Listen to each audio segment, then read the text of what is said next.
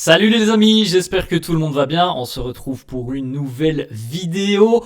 On est parti, on regarde les unes des quotidiens madrilènes. Marca qui consacre sa une à deux jeunes espoirs de la natation espagnole. En ce qui concerne le Real, c'est une petite information que l'on retrouve en haut à droite. C'est recrudescer la guerra entre el Real, la Liga et la Fédération. Bon, on en a parlé un petit peu très récemment, les amis. Le Real, d'ailleurs, d'un commun accord avec Osasuna, avait la volonté de repousser la date de la première journée de Liga. On a quelqu'un qui s'y est opposé, quelqu'un qui est très connu, quelqu'un qui prend la parole pour commenter tout ce qui se passe du côté du Real, du Barça, dans le foot en général. C'est Javier Tebas qui s'est opposé fermement au report de la première journée de Liga. Évidemment, ça ne facilite pas les échanges entre le Real, la Ligue et la Fédération. C'est toujours plus ou moins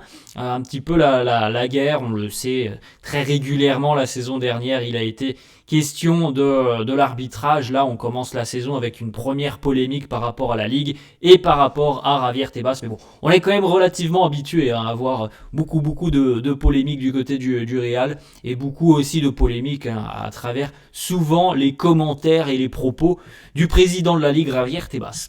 La une du quotidien AS, El Nuevo Arda Güler, une information importante. Alors on le sait, notamment depuis l'arrivée de Xabi Alonso, depuis la Coupe du Monde des clubs, Arda aura certainement un rôle beaucoup plus important que sur le passage du Turc avec Carlo Ancelotti. L'objectif de Xabi Alonso est de faire d'Arda un joueur très important, un élément moteur de son Real, un meneur comme on pourrait le dire, parce que Xabi apprécie énormément les qualités d'Arda Güler. C'est un joueur fin, très fin techniquement, Arda, et il est évident que de par ce que veut mettre en place Xabi Alonso, ça semble être tout à fait logique de s'appuyer sur ce genre de profil. C'est quelqu'un, Arda, qui vraiment a une qualité de transmission, une qualité technique, une vision du jeu qui est très impressionnante. Donc pour ce que veut mettre en place Xabi, ça semble assez normal. Et on a une nouvelle version d'Arda Güler. Alors le quotidien AS affirme que Arda a gagné 10 kilos de masse musculaire. On voit sur cette une du quotidien AS la photo, et vous voyez quand même la musculature d'Arda. Vous voyez que les muscles sont partout, il n'y a pas que les jambes. Du côté d'Arda, on voit aussi que le haut du corps a été bien façonné. 10 kilos de masse musculaire depuis son arrivée il y a 2 ans, c'est pas sur les 3 dernières semaines. Il vit d'ailleurs avec un coach sportif, il vit aussi avec un physiothérapeute et un cuisinier. Donc on essaye de mettre tout en place pour ressortir le meilleur d'Arda Güler. Il était très important pour lui qu'il puisse s'épaissir. On l'avait vu lors de ses premiers moments du côté du Real. C'est quand même un joueur très frêle, Arda. C'est un joueur qui est arrivé très jeune du côté de Madrid et qui avait besoin de s'épaissir sur le plan physique pour justement pouvoir bagarrer dans le bon sens du terme par rapport aux impacts que demande notamment un match professionnel au plus haut niveau, et de pouvoir s'imposer dans la durée. Il faut quand même avoir ce volume physique. On a beaucoup travaillé là-dessus chez Arda et du côté du Real.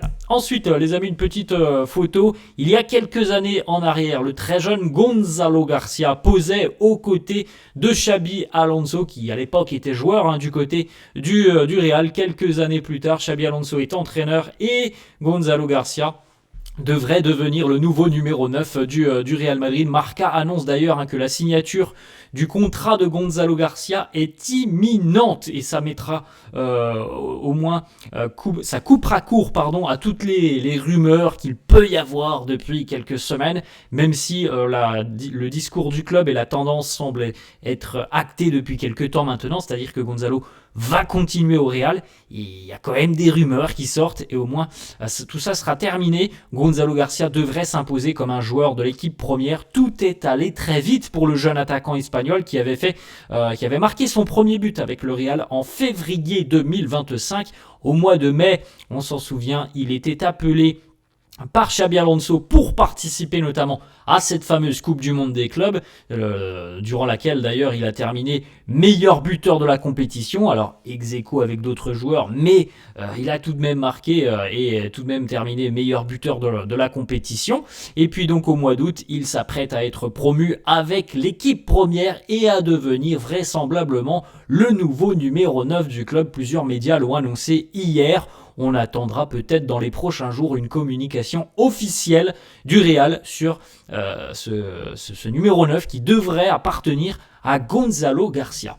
On a une petite photo, les amis, qui représente et qui symbolise un petit peu les désirs et les souhaits de Xabi Alonso. Ça, c'est une photo de l'entraînement hier. Vinicius qui vient initier un pressing sur Eder Militao à l'entraînement hier. Xabi Alonso était très très proche d'ailleurs justement de cette situation. On l'avait déjà un petit peu remarqué. Alors certes, le pressing n'avait pas fonctionné face au Paris Saint-Germain, tout était désorganisé côté madrilène, mais dans l'esprit de Xabi Alonso, ce qu'il veut mettre en place se base notamment sur le pressing, sur le boulot des attaquants qui seront les premiers défenseur.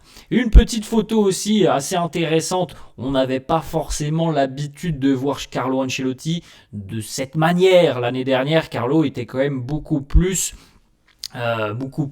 neutre. On a Xabi Alonso quand même un entraîneur qui sait aussi hausser le ton, qui sait venir accompagner, galvaniser les troupes lors d'un entraînement. Regardez hier Xabi Alonso, là on le voit très très tendu, la hargne, la bouche grande ouverte, visiblement en train de motiver les troupes. Et les petites informations qui sortent de la séance d'entraînement de la veille. Alors l'entraînement s'est déroulé en plusieurs phases bien distinctes. On a travaillé évidemment premièrement en salle de gym, alors que ce soit des activités en groupe ou en individuel. Une fois arrivés sur le terrain, les joueurs ont complété divers circuits de balles avec des 4 contre 5, des 4 contre 4, pardon, des 5 contre 5, pas mal de séries. Ensuite, travail tactique pour terminer cette session.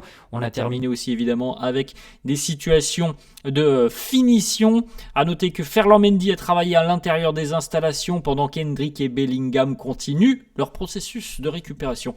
D'autres photos de la séance d'entraînement de la veille, on le voit notamment encore une fois au milieu, Xabi Alonso qui prend la parole devant ses troupes. On voit, je trouve quand même pas mal d'intensité déjà sur ses premiers entraînements. Vous avez peut-être vu d'ailleurs quelques petites vidéos sur les réseaux sociaux. Je trouve qu'il y a quand même pas mal d'intensité pour ces premiers entraînements, ce qui est important les amis, parce qu'on a un match dans une quinzaine de jours, donc il faut aller un peu plus vite que sur une pré-saison traditionnelle. À noter une information aussi importante, un jeune de la réserve était présent hier à l'entraînement avec l'équipe première. Le jeune Thiago Pitarch, milieu de terrain de 18 ans, a été appelé par Xabi Alonso pour venir participer à l'entraînement avec l'équipe première.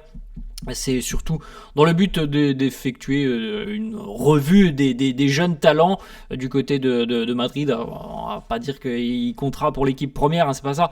Mais en tout cas, voilà, il est venu participer à l'entraînement et ça permet justement à Xabi Alonso d'avoir un visuel de ses performances beaucoup plus intéressant de le voir comme ça que de regarder des vidéos.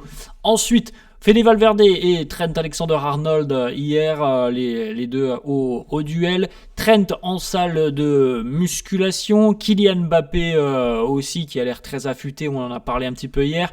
Ferland Mendy, petite photo, Ferland lui a travaillé donc à l'intérieur au sein du gymnase. Une information les amis sur l'importance de trouver cet équilibre défensif du côté du Real cette saison. Ça a été l'un des gros problèmes, l'un des gros points noirs du Real la saison dernière. Les 55 buts encaissés par le Real en 42 matchs en 2025 avec une moyenne d'1,3 but concédé par match. Seule une équipe en Espagne, le Real Valladolid, a fait pire que le Real. C'était 56 buts encaissés en 21 matchs, 2,6 par match. Donc voilà, c'est très important pour le Real de réussir à trouver cet équilibre défensif et cet équilibre global. C'est, je pense, la mission principale de Xabi Alonso, même si l'année dernière, on peut dire que l'attaque non plus parfois n'a pas été brillante. Le principal problème du Real l'année dernière était quand même cet équilibre défensif qui nous a causé bien des soucis. Autre information, alors c'est le quotidien The Athletic qui nous annonce que des sources proches du staff de Xabi Alonso pensent qu'il y a encore de la place pour améliorer cet effectif. Xabi aimerait des signatures, notamment peut-être une s'il y a un départ de Rodrigo, mais du côté du club, on insiste sur le fait que le mercato serait terminé et que Xabi va donc devoir s'adapter à l'équipe qu'il a. Bon, c'est une information de The Athletic qui est généralement quand même un média très sérieux. Je sais pas comment on peut traduire tout ça, les amis, parce que, alors on l'a vu passer l'info il y a quelques jours, oui, le Real visiblement aurait décidé de terminer son mercato, plus d'arrivées. Bon, des départs c'est possible, mais c'est pas trop la tendance pour le moment à l'heure actuelle non plus. On rappelle quand même qu'il y a 2 mois, lorsque Xabi Alonso est arrivé, on nous annonçait que Xabi allait être très impliqué dans le mercato. Il l'a été. Et surtout, on nous annonçait que le Real allait accepter toutes les demandes de Xabi Alonso. On peut bien comprendre quand même que Xabi, je pense que tout le monde l'a compris, aimerait 1 ou 2 arrivées supplémentaires. Et là, on serait déjà sur quelque chose d'intéressant parce qu'on est visiblement plus sur la même tendance qu'il y a 2 mois, c'est-à-dire oui, on va accepter toutes les demandes de Xabi Alonso. Visiblement, on n'en est déjà plus sur cette lignée-là, donc difficile de démêler le vrai du faux. La réponse, les amis, on l'aura le 1er septembre. On verra bien quel sera l'effectif du Real pour la première partie de saison, parce que le mercato sera terminé début septembre.